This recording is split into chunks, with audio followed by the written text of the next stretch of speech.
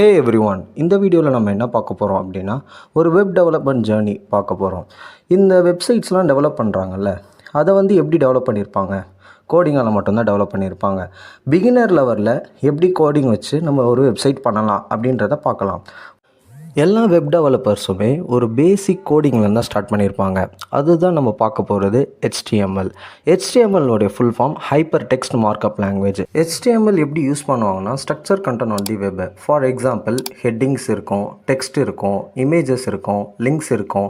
இதெல்லாம் பார்த்தீங்கன்னா நம்ம நார்மலாக HTML வச்சு நம்மளால் பண்ண முடியும். இப்போ நம்ம பார்க்க போகிறது basic structure of the HTML. First நான் ஒன் பை ஒன்னாக உங்களுக்கு எக்ஸ்பிளைன் பண்ணுறேன்.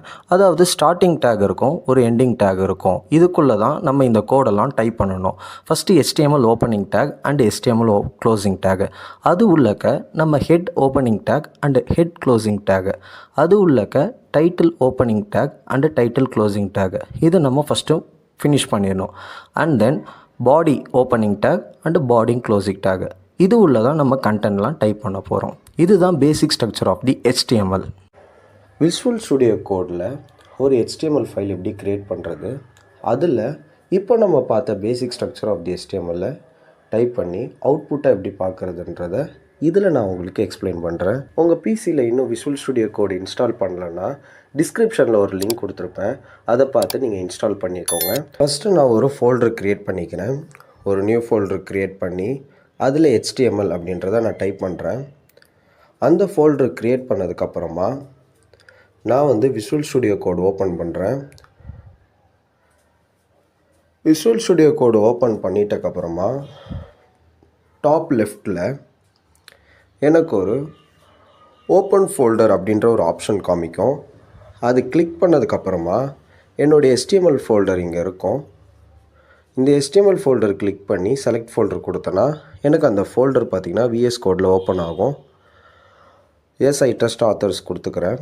அண்ட் தென் நான் ஒரு ஃபைல் க்ரியேட் பண்ணுறேன், அதாவது HTML ஃபைல் க்ரியேட் பண்ணுறேன்.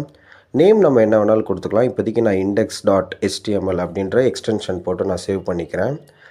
அண்ட் தென் இப்போ நான் ஸ்டார்டிங்கே சொன்ன மாதிரி தான் ஓப்பனிங் டேக் க்ளோசிங் டேக் இருக்கும்.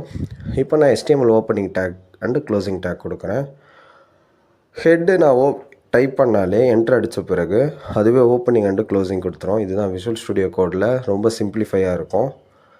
மை ஃபஸ்ட் வெப் பேஜ் அப்படின்றத நான் டைப் பண்ணுறேன் இந்த டைட்டிலுக்குள்ளே. And then body tag open பண்ணுறேன் அண்டு க்ளோசிங் டேக் வந்துடும். இதில் நான் பேசிக் டேக்ஸ் அப்படின்றத டைப் பண்ணுறேன். இப்போ இது எப்படி அவுட்புட் பார்க்க போகிறோன்னா, இதை ரைட் கிளிக் பண்ணி ரிவீல் இன் ஃபைல் எக்ஸ்ப்ளோர்னு இருக்கும், அதை கிளிக் பண்ணுறேன். ஓப்பன் வித் கூகுள் குரோம் அப்படின்னு நான் கொடுக்குறேன். பார்த்தீங்களா, பேசிக் டேக்ஸ் வந்திருக்கு.